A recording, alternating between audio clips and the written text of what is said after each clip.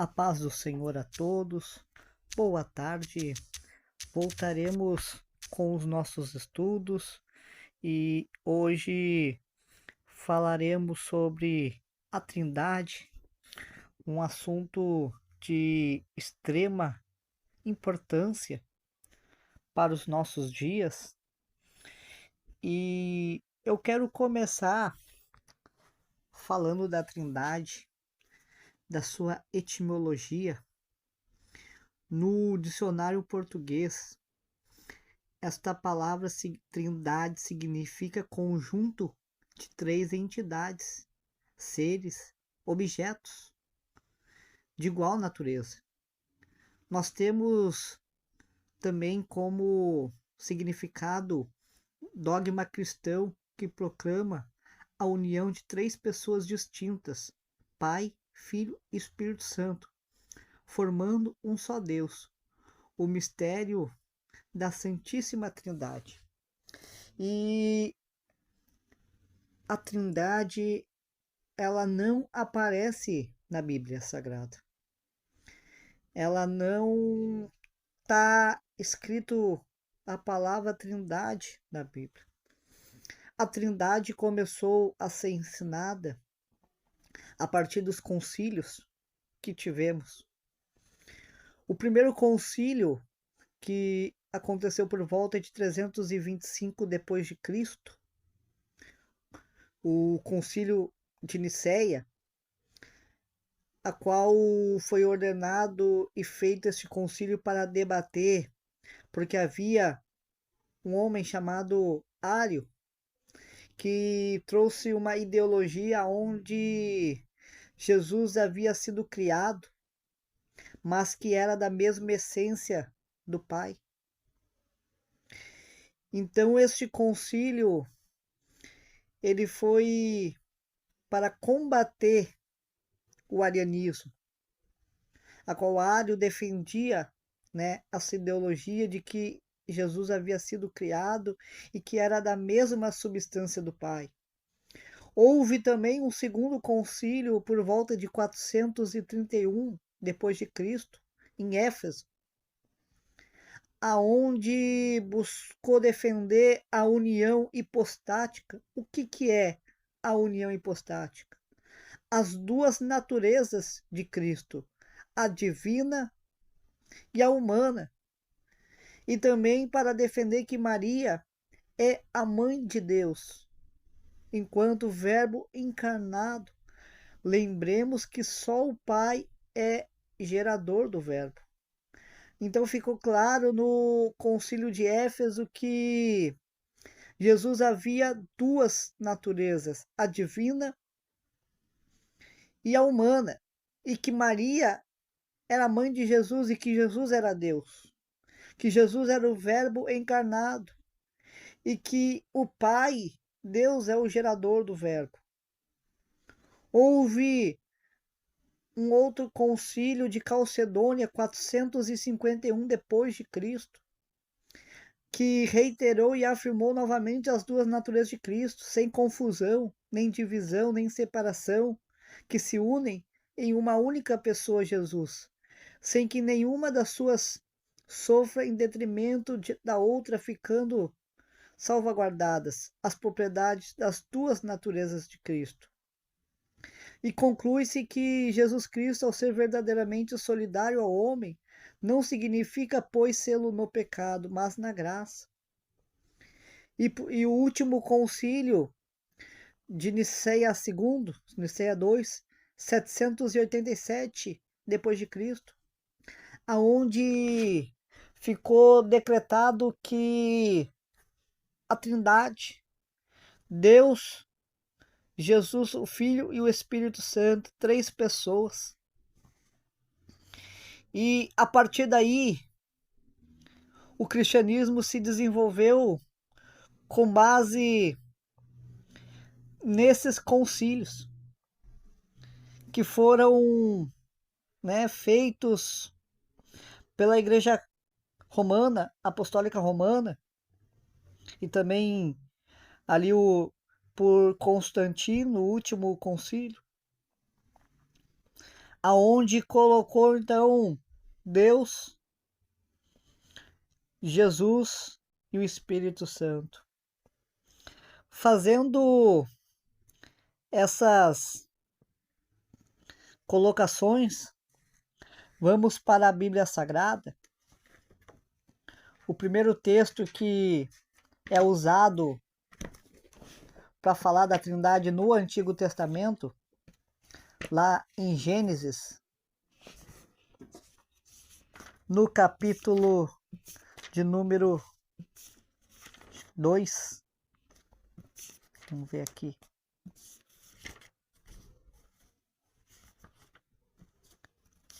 Não, 1:27.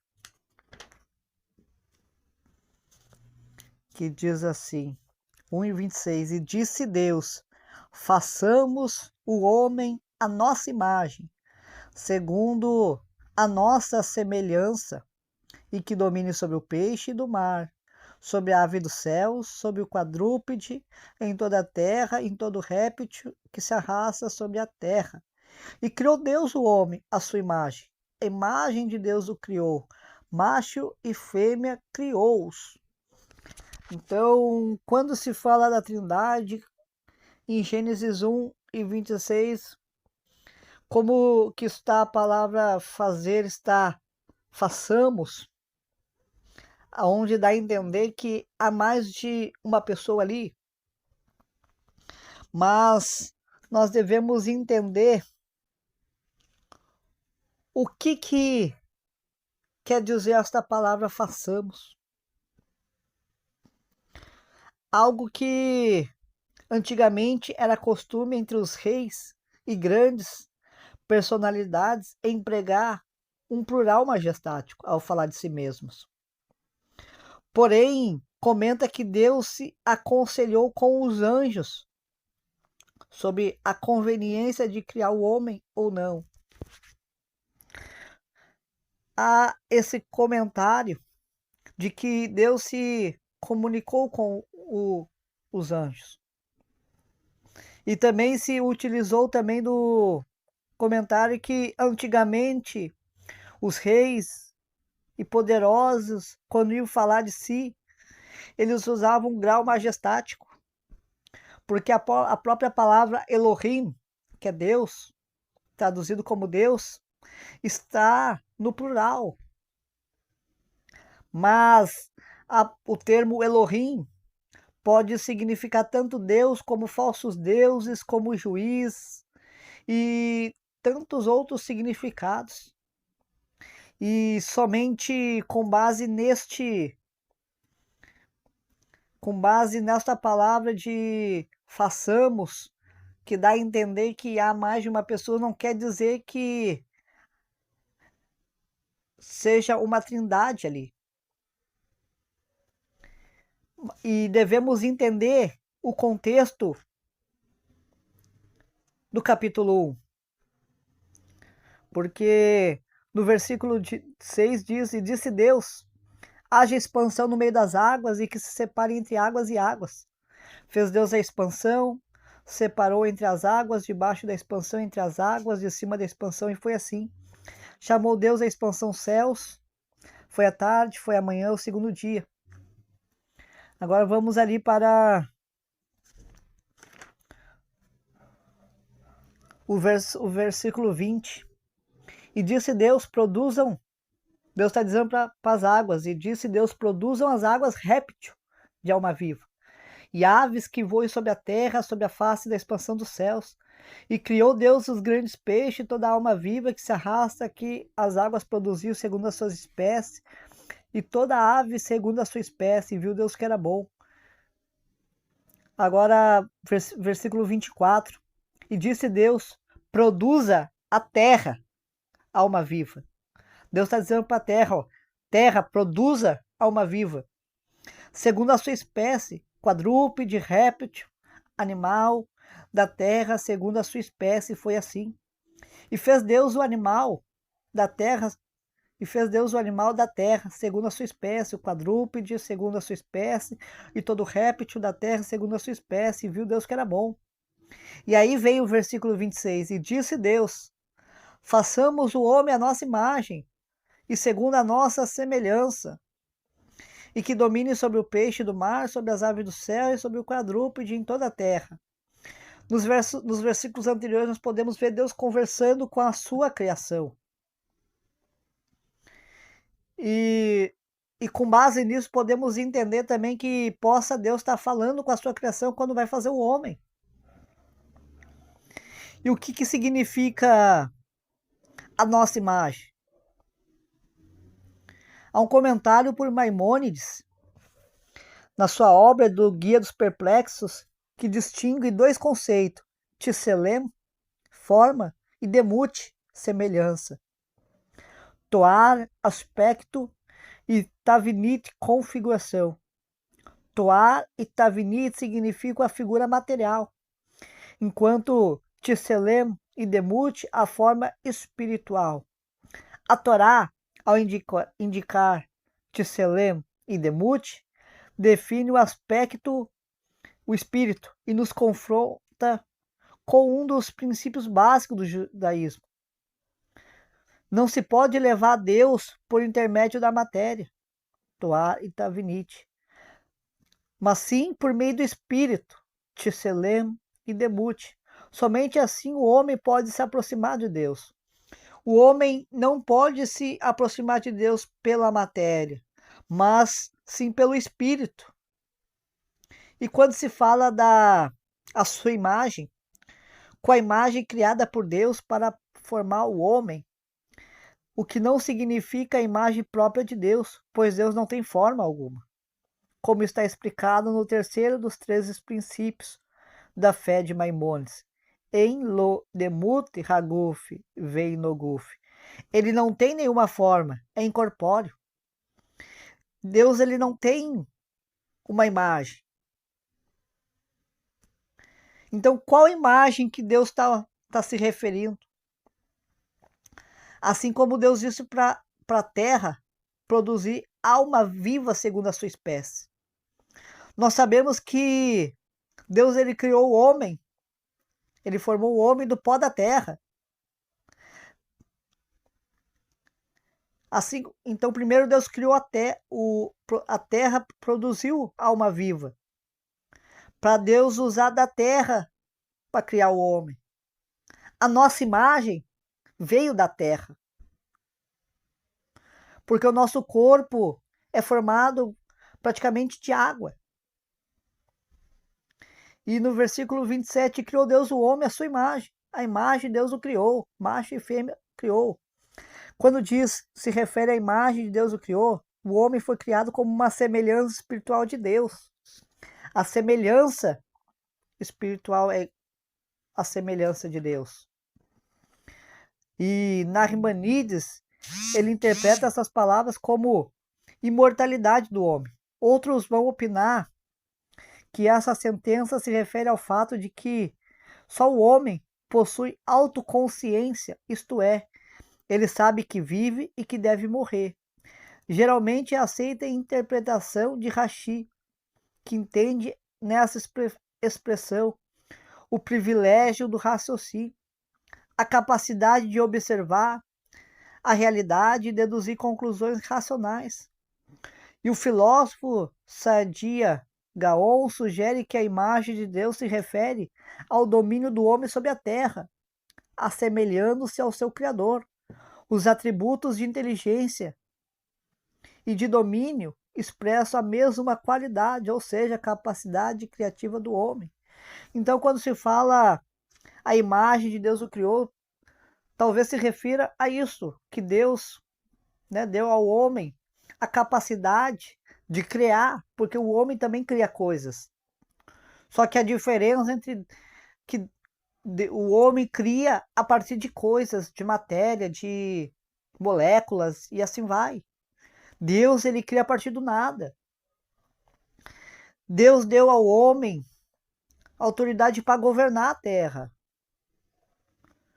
Porque ali vai dizer, e disse Deus, façamos o homem a nossa imagem, segundo a nossa semelhança, e que domine sobre o peixe do mar, sobre as aves do céu, sobre o quadrúpede, e em toda a terra, em todo o réptil que se arrasta sobre a terra. Deus deu essa autoridade para o homem dominar. E Deus governa sobre o homem, e o homem sobre a terra. A terra foi dada ao homem, para que o homem governasse a terra. Então, voltando para... Não podemos usar, basicamente, façamos o homem a nossa imagem e semelhança para dizer que há uma trindade, somente com este versículo, né? E Deuteronômios, no capítulo 6, e verso 4 vai dizer assim, que é usado para defender também a trindade. Vamos, 6 e 4. Que diz assim: escuta, Israel, o Eterno é o nosso Deus. O Eterno é um. Nas nossas Bíblias, em português, na maioria das traduções, vai colocar que o Eterno é único. E eles usam isso para dizer que é uma unidade composta. Só que, como que vão ser 3 pessoas? Se Deuteronômio 6 e verso 4 diz que Deus é um. Escuta, Israel, o Eterno é nosso Deus, o Eterno é um. Porque esta palavra um no hebraico é errad, aonde eles dizem que errad é uma unidade composta. E esta palavra errad é a mesma usada lá em Gênesis 1, quando termina o primeiro dia, e aonde diz, e foi o dia 1, e foi o primeiro dia. Como nós vamos juntar essas duas palavras para dizer que Deus é único, ou se Deus é um? Mas muitos podem dizer, mas não é a mesma coisa. Pode até parecer ser a mesma coisa, mas se a pessoa interpretar de uma outra maneira, pode interpretar erroneamente. Então aqui está falando que Deus é um. E este versículo ele constitui a profissão de fé israelita, o Shema. Todo israelita deve recitá-la, conforme se acha escrita no ritual de todos os dias, pela manhã e à noite. As primeiras palavras que a criança deve aprender e pronunciar são o Shema Israel, escuta Israel. E as últimas palavras que pronuncia o israelita ao morrer são Hashem Eloheinu, Hashem Echad. O Eterno é nosso Deus, o Eterno é um. Estas palavras de Shema Israel, diz o Talmud, não estão dirigidas aos ouvidos, senão ao coração. Escuta, Israel. Em qualquer idioma que ouça, mesmo que não compreendas o que ouve, pois o que aqui te diz deve penetrar diretamente no teu coração e na tua alma. Daí que o verdadeiro serviço divino não se realiza somente com os atos, mas também com o coração e a alma. E por isso os sábios do Talmud consideram que o principal é a kavaná, a intenção e o sentimento que se coloca na oração. O Eterno é um. A última letra da primeira palavra, Shema, e a última letra da palavra Errad, um, se acham escritas na Torá com letras grandes. E o exegeta Baal Haturim sugere que essas duas letras componham a palavra Ed, que significa testemunho. Cada um de nós, recitando o Shema, testemunha a divindade do Eterno e aceita o jugo do seu reino.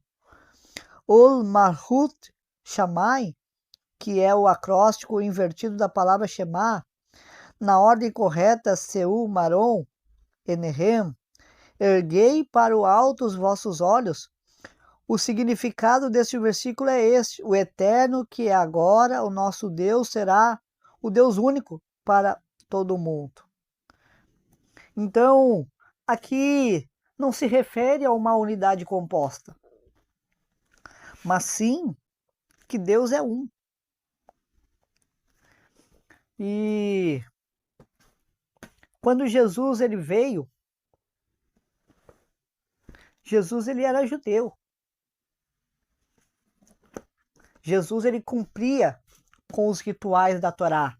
Nós podemos ver que Jesus ele cumpria a risca lá no começo de Lucas, no capítulo 2 e versículo 21. E quando aos 8 dias foram cumpridos para circuncidar o menino, foi-lhe dado o nome de Yeshua, que pelo anjo lhe fora posto antes de ser concebido. E cumprindo-se os dias de purificação, segundo a lei de Moisés, levaram para Jerusalém, para apresentar ao Senhor, segundo o que está escrito na lei do Senhor. Todo macho primogênito será consagrado ao Senhor. Assim como aconteceu com Samuel. Samuel foi apresentado ao templo e, sendo o primogênito de Ana, foi entregue ao Senhor. Assim aconteceu com Yeshua, Jesus. Então, Jesus ele cumpria a Torá. Ele ensinava a Torá. Ele ensinava os mandamentos. Se Jesus era judeu, como que Jesus ia pregar e anunciar que ele também era Deus? Seria considerado uma blasfêmia. Seria considerado uma pena de morte. Já no Novo Testamento, o versículo mais claro que é usado para defender a Trindade, lá em 1 João, no capítulo 5, que diz assim: este é aquele que veio por água e sangue, isto é, Jesus Cristo, não só por água, mas por água e por sangue. E o Espírito é o que testifica, porque o Espírito é a verdade. Aí o versículo 7, porque são 3 os que testificam no céu: o Pai, a Palavra e o Espírito Santo. E esses 3 são um. Esse versículo 7, se nós pegar manuscritos mais antigos, os primeiros manuscritos que foram encontrados do texto do Novo Testamento em grego, esse versículo 7 não tem. Esse versículo 7 foi acrescentado posteriormente. E eu vou explicar o porquê que foi acrescentado. Erasmo de Roterdã, um humanista, e era católico, ele escreveu o Novo Testamento em grego, usando um manuscrito. E esse manuscrito a qual ele usou não tinha esse capítulo, esse versículo 7 desse manuscrito. Não tinha praticamente todo o livro de Apocalipse. Para terminar esse Novo Testamento em grego, ele usou a Vulgata, que era o texto em latim. E quando ele terminou esse Novo Testamento, a igreja toda foi em cima dele porque ele não colocou o versículo 7. Porque nesse manuscrito não tinha o versículo 7. Não se tinha. Nos manuscritos mais antigos não se tinha. E a igreja começou a acusar de herege, de pregar contra a Trindade. E ele vai dizer: me dá um manuscrito que tenha este versículo que eu vou e traduzo. Mas não tinha. E o que ele fez? Para agradar a igreja da época, a igreja romana, a apostólica romana, ele criou um manuscrito e colocou esse texto, esse versículo dentro desse manuscrito e traduziu para o grego. E esse manuscrito veio se chamar o texto Receptus mais para frente, que é o texto do Novo Testamento em grego a qual se usa hoje. E aí eu pergunto por que fizeram isso? Por que colocaram esse texto dentro? Para agradar a Igreja Católica. Um outro texto que também não se tem nos manuscritos mais antigos é o texto de Mateus 27.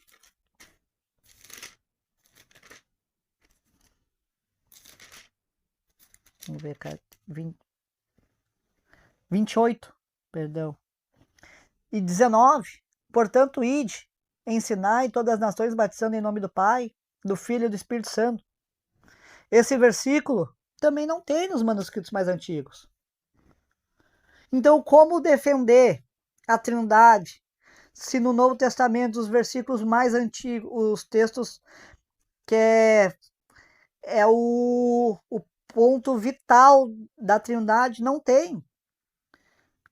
E a Trindade, como nós vimos no começo, que foi implementada a partir ali dos concílios,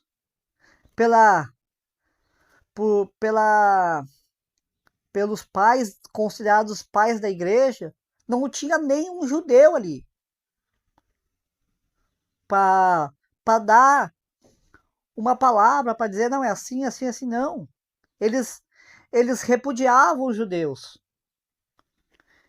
E para concluir, no Antigo Testamento, lá nos textos proféticos de Isaías 41, olha o que diz. 42 e versículo 8. Eu sou Ani Arrie Hashem, eu sou o Senhor. Este é o meu nome, a minha glória, pois a outrem não darei, nem o meu louvor às imagens de escultura. Deus, ele não divide a sua glória com ninguém. Versículo 12. Deem glórias ao Senhor somente. Anuncie o seu louvor nas ilhas. Versículo 40, capítulo 43 e versículo 11. Ani Arrie Hashem. Eu sou o Senhor. E fora de mim não há Salvador.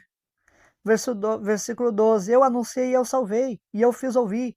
Deus estranho não houve entre vós, pois vós sois as minhas testemunhas, diz o Senhor. Eu sou Deus. Ani Arrie Hashem. Eu sou Deus. Ainda antes que houvesse dia, eu sou. E ninguém há que possa fazer escapar das minhas mãos, operando eu, quem impedirá? Agora, capítulo 44, versículo 6. Assim diz o Senhor, o Rei de Israel, o seu Redentor, o Senhor dos Exércitos. Eu sou o primeiro e eu sou o último. Eu sou o Aleph e eu sou o Tav. E fora de mim não há Deus. Fora de mim não há Hashem, Elohim, Deus. Eu sou o Alfa e eu sou o Ômega. É a mesma coisa que diz lá em Apocalipse, quando Deus se refere. Que ele é o Alfa e ele é o Ômega. E que fora dele não há Deus. Agora, para o capítulo 48 e versículo 17. Assim diz o Senhor, o teu Redentor, o Santo de Israel. Eu sou o Senhor, o teu Deus, que te ensina o que é útil e te guia pelo caminho em que deves andar. Então, aqui, vários textos de Isaías, nós vemos que não há outro Deus, que não há uma trindade. É o Pai e o Filho.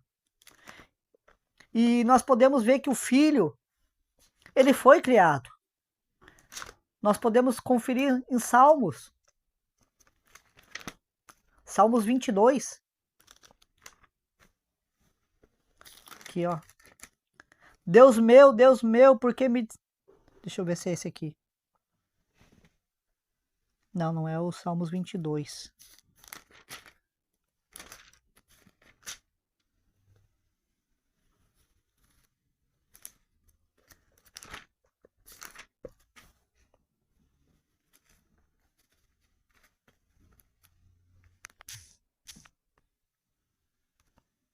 o Salmos 2, e versículo 7, que diz: recitarei o decreto, o Senhor me disse, tu és o meu filho, eu hoje te gerei.